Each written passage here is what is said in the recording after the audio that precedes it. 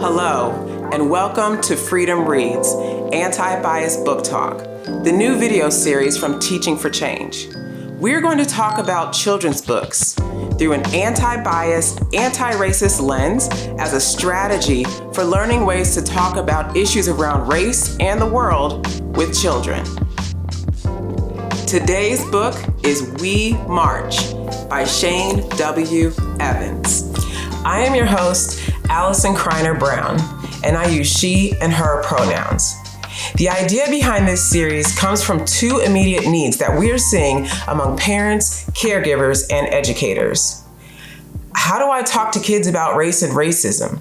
And how do I further my own learning to be anti-racist and anti-bias? Watch our introductory video to learn more about Teaching for Change and this series. Go to the video description below for links to the resources mentioned today. And go to teachingforchange.org to show your support by making a donation to sustain this work.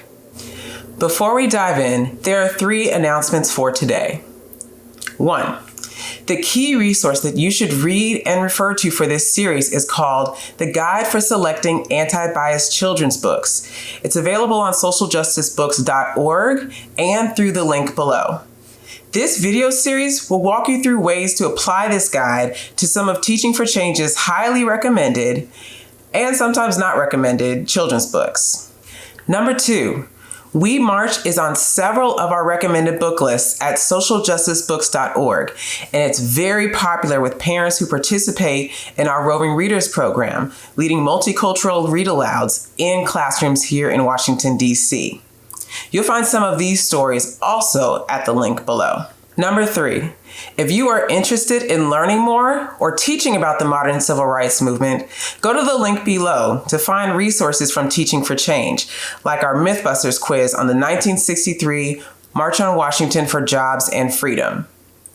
Now, let's get to the book. The subject of today's talk is We Marched, published in 2012. This book is recommended for children in lower elementary and early childhood, so it's great for our youngest readers. We have lots of recommended books on similar topics for upper elementary through high school at socialjusticebooks.org. This book was written and illustrated by Shane W. Evans, an award-winning author, illustrator, painter, storyteller, and musician. He's illustrated several titles on our recommended book list, and you will find many other books that he's authored or illustrated on book lists across the internet. Here's a brief synopsis. In We March, readers follow a Black family with young children as they wake up and prepare with members of their community and around the nation for the 1963 March on Washington for Jobs and Freedom. This march drew over 250,000 people to Washington, D.C., and it is inadequately remembered as the place where the Reverend Dr. Martin Luther King gave his often underquoted I Have a Dream speech. However, the focus on this book is on those who came to march. Here are 5 key points to pull out about this book from an anti-bias lens. 1. Collective action of everyday people. The 1963 March on Washington for Jobs and Freedom is popularly remembered as the backdrop for Dr. King's now famous speech. However, this story places the focus on one family that participated in the march. 2 parents and their 2 children, none of whom are named, who rise that morning, meet with others in their church community to prepare, and then join the thousands of other unnamed people who participated in the march. To tell the story of the march through the eyes of an ordinary family is a brilliant way to shift the focus from Dr. King as an individual hero to the role of everyday people in movements for social change, like the modern civil rights movement. We see images of Dr. King, but respectfully, he is not named. Whereas most children's books about the march or about Dr. King focus on his dream, We March ends by saying we march to our dreams. The story of this book, much like the countless stories that drove the modern civil rights movement, some of which we know, but many we never will, is about everyday people taking collective action And that is an anti-bias, anti-racist lesson we want all children to learn.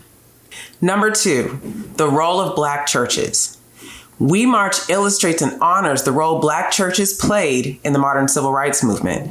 They served as important organizing and communications hubs in their communities, linking congregations to local and national organizing efforts. Many of the church leaders were among the most prominent civil rights leaders locally and nationally, from the ministers and deacons of the church to the women who served as the backbones of their churches, communities, and the movement. Civil rights organizations like the Southern Christian Leadership Conference, SCLC, were anchored by church communities, and many aspects of the movement, like freedom songs, borrowed from Black faith traditions. Number 3, the protest signs in this book and their themes can be the subject of conversations with young children and invite us adults to reflect. Many of the signs say freedom. What does freedom mean?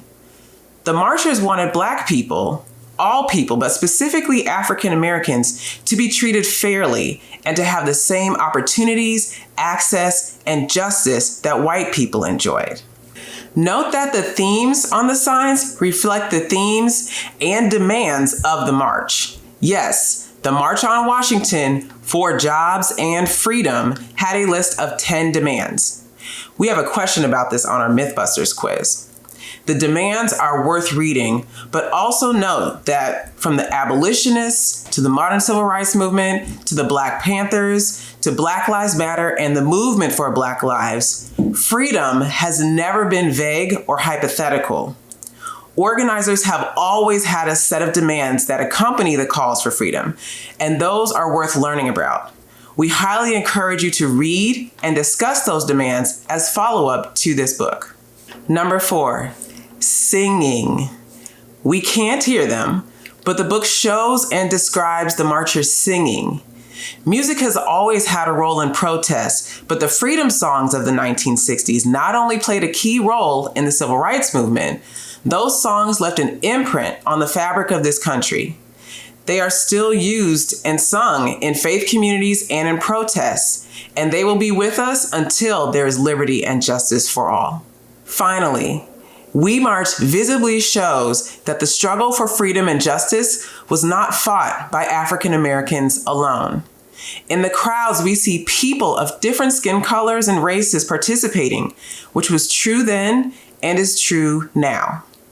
It is worth pointing out there is only one depiction of a person who is visibly disabled, even though disabled people were active in the modern civil rights movement and led the disability rights movement.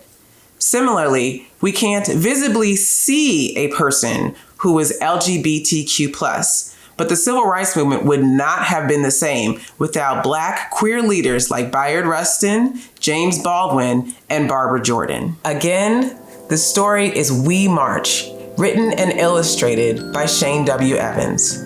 Find a link to more resources in the video description below.